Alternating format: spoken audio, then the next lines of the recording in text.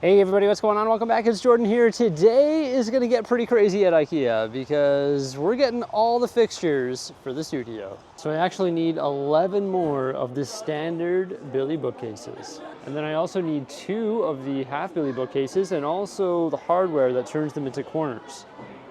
Dang, I like this color. That's nice. But I need one of these in white to match the rest. After that, it's time to take a shortcut to the wardrobes. Because I also need 6 of these right here. They're the massive wardrobe units. They're known as packs. And then I also need the shelves for them as well. They don't come with the shelves. The shelves are 25 bucks each. I need 6 wardrobe units, 3 shelves per unit. That's 18 shelves at 25 bucks. But I don't even think 3 is enough, but that's what I'm gonna start with. And I think while I'm here too, I'm gonna buy a couple of these. These are the Alex shelving units. Usually I go with the drawer units, but I think I wanna get some shelves. Yeah, I normally rock these with the drawers, but not everything fits in a drawer. Oh yeah, I want to get some of these too. Those are so nice. Those are so cool. I need some of those. But yeah, I normally rock the drawer units, but I think I want to get some shelves too. Those can be used to replace the legs on your Lindemann tables. But even though I'm getting a few of those, I still think I want to get some more Lindemann legs. They're only 10 bucks each. And I want to replace the Olaf adjustable legs. They're just driving me crazy. I just asked a sales rep, can you buy additional shelves for this? Say, no, you can't. Oh, that's weird. Why have this cabinet with just 1 shelf? Doesn't that seem strange to you? Here's my first random purchase of the day. I'm gonna get this dish rack right here. I don't feel like hand drying dishes all the time. I think that might fit in my sink too, so that would be convenient. I also need one of these Besta frames. Originally I was thinking of getting the one with like 2 slots, but I actually have the space to accommodate the one with 3, so I am gonna get the bigger one, which is right down here. The other day when I was here, I was considering getting these blackout blinds because they're only like 10 bucks. They're peel and stick, which is convenient because the place is concrete, hard to screw into. Otherwise, I would just install your normal roller shades. But I just think that these are gonna be ugly. They're black. Like, do I really wanna add black to like a white studio? Not really. It's gonna block the sunlight from coming in, but it's just not gonna look that good. And the white ones, although they would look better, they're not gonna block all the UV light coming into the studio. So they're pretty much gonna do the same job as the Coroplast that I already have in the windows. And I honestly think that the Coroplast is already doing a pretty good job of blocking the UV light. So once again, I'm just not too sure what to do in regards to the windows. I could just board them up using some thin melamine or some drywall, but then there's gonna be no light, and I'll never have the opportunity of letting light in. So I think I'm just going to stick with what I have, and I honestly don't think it's gonna damage the parts and the boxes. I honestly think it's gonna be all right. And if it does eventually start to damage some stuff, then I can act. So here's my warehouse haul so far. I've got 18 of those shelves, 2 of the Alex units, and then the Besta cabinet on top. And then back here, I've got 4 table legs and my dish rack. Now there's a funny story attached to this Ikea trip here. They would have delivered everything for 60 bucks. And in fact, they did deliver everything. All the heavy stuff is being delivered. All the packs, wardrobe units, all the Billy bookcases and all that. But I discovered I ordered the wrong shelves for the packs wardrobe units. They weren't deep enough. So I had to come here and get the proper shelves. And while I was here, I was like, oh, you know what? I'm gonna get some Alex drawer units or shelving units with 1 shelf. I'm also gonna get some table legs and swap out my Besta as well. Another day at Ikea. It's all loaded up and man, I can't wait to go to the studio and dry some dishes. All right, here we have the Ikea haul. It's pretty much all of the fixtures that we need here for the studio. Well, maybe not all of them. There's still a few things that I wanna get for the upstairs mezzanine workspace up there. But in regards to the shelving rooms, this should pretty much be everything for now. We've got 18 of the shelves for the 6 PAX units, 4 table legs, 2 Alex shelving units, 1 of the shorter Billy bookcases, 1 of the Besta TV cabinets, 11 of the standard Billy bookcases, and 2 half Billy bookcases. And then I can use this hardware to create the corner effect with the Billy bookcases as well. This here, grand total, $3,020 before tax and delivery. Is it worth it? I'd say it's worth it. It's gonna build a pretty epic display for the shelving rooms, but it's a tough bullet to bite, you know, like that's quite the investment. But I think it's gonna make an epic display. Like, look at all the Lego that we have, and imagine how well it's gonna be displayed on all of those different shelving units. Now, I do not look forward to the task of building all of this. That is gonna be a nightmare. However, with that said, when I was building Billy bookcases in my prime, like when I was building all those ones for the old Lego room, I managed to get it down to 11 minutes. Granted, that didn't include the unpackaging. So for example, what I would do is unpackage all of the Billy bookcases and sort all of the pieces. That's how I did it before. And once I had everything unpackaged and all the garbage out of there and it was all sorted, I could slap one together in 11 minutes. I'll have to build one to retrain myself on how to build one, but I could do it pretty quickly. So what's the plan? Am I gonna start building right now, today, here in this video? I don't think so. I think I'm gonna slap it all together in one day, and I think that day is gonna be tomorrow. Because I still have to prep for all of this stuff. For example, one of the shelving rooms, it's absolutely jammed full of Lego, because when we originally started moving the Lego City over here, we put it in that room. And now it's like, okay, well, I've got to move all that Lego so that I can put these cabinets where they belong. So in order to actually start building these, I think I need to clear that room because I'm going to have nowhere to put them. So I think that just makes sense. Also, I've got like a bunch of boxes all throughout the Lego City area here that I need to empty because I need to reuse those boxes for doing the last transport of Lego over here. Because if I can get all those boxes to my place, then I can load up the Lego and I can bring it over here, and then that's the last load, and I can actually go return the U-Haul, which is just sitting on my driveway right now. Seems a little bit ridiculous. So if I can get that bad boy returned, then I don't have to worry about it, and then we're good to go. There is one more haul that I need to do in the U-Haul besides the Lego, and that's all the 2x4s from the Home Depot. But I was talking to Sting's Bricks yesterday.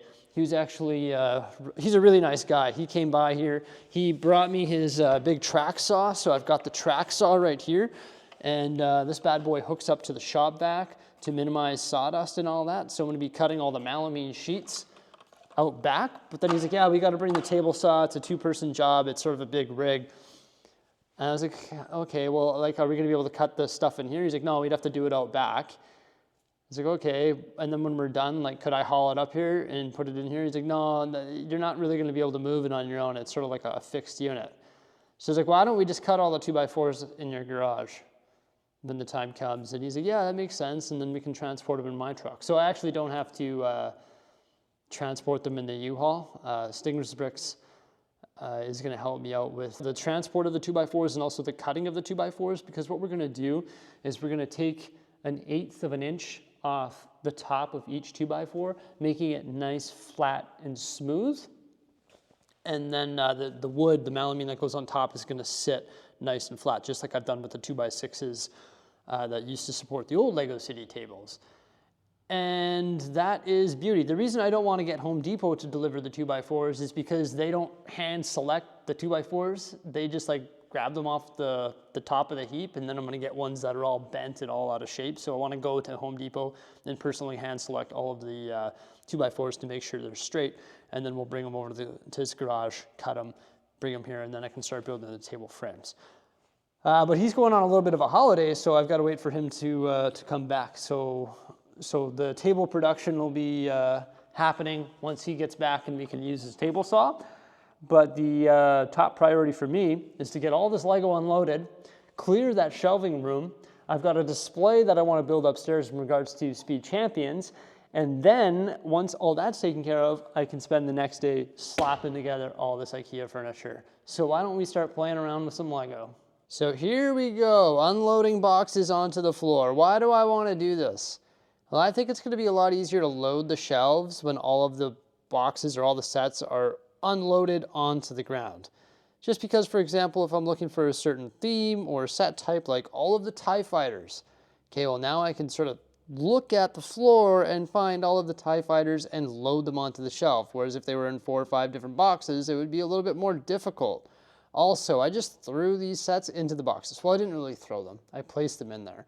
And they weren't really bubble wrap or shrink wrapped or anything. I know I could have done that to prevent damage, but for the most part, none of it really got damaged. But on the trip over here, if there's a box that has 10 sets in it, well, maybe there's 4 or 5 or 6 pieces in the bottom of that box that have to be put back on the sets. Luckily for me, I've built a ton of Lego over the last 7 years, or is it 8 now? I can't even remember how long I've been collecting Lego for. I've been building a ton of Legos, so for the most part, if something falls off a specific set, I always like, oh, I know where this piece goes, or I can look at a set and say, hey, this piece is missing from here, or I can say, oh, this tree limb obviously comes from this set, and I can find out where it goes and put it back. But with that said, it wasn't 100% perfect. I think maybe there was a few spare pieces left over in the end, but I'm not really too concerned if 1 or 2 sets are missing 1 or 2 pieces. I don't think it's the end of the world. Hey, did you notice the light in the front room? It's flickering. Ooh, spooky. I think it's a ghost, but there we go. All the sets are unloaded. It's crazy to think how big this collection has become, and putting it all in the center of the floor here does a great job of just like representing how big it's become. It's actually a little bit ridiculous. Plus there's more at home still. There's some upstairs here in the studio, and there is a ton in the front shelving room. Well, that seems to be quite a few boxes there. Wow. I had no idea there was that many. That's wild. I've been moving like crazy. And there's all the Lego. Most of it's in the center here. Some of it went off to the left side here, just so I have a clear path for when I actually move those cabinets in. Because of course I'm probably gonna build them here and then just move them to the rooms. Or I'll build them up front there. I don't know. That's sort of irrelevant. Don't need to split the small stuff. But yeah, there we go. There's only one bigger bin of Lego that remains, and that one is full of Speed Champion vehicles. And I think I've got the perfect plan for those. So in the previous setup, I had all of the cars together. We had the Lego Creator Expert cars, the Technic cars, and also the Speed Champions. And I looked at that box and I was like, what can we do with these Speed Champions? How can I put them back with all the cars? It's like, wait a minute, there's like this awkward shelf on the bottom of the shelves behind my desk. And it's like, I think I can split that into 2, and the math just worked out perfectly. Now the shelf above the shelf that I'm working on right now with all of the Speed Champions, the one with the orange Porsche on it, is fixed. You can't move that one. So they're all sort of level. It looks really good. And I was like, okay, I'm gonna put all of the Speed Champions right below all of these other cool Lego cars. I just think that makes sense.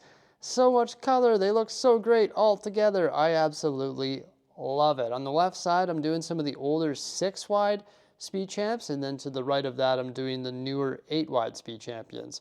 Now I had this space behind my desk and I wanted to fill it full of shelves. I could have used track shelving, but I didn't want to screw into the concrete, and I don't think track shelving looks that clean. It's sort of like warehousey.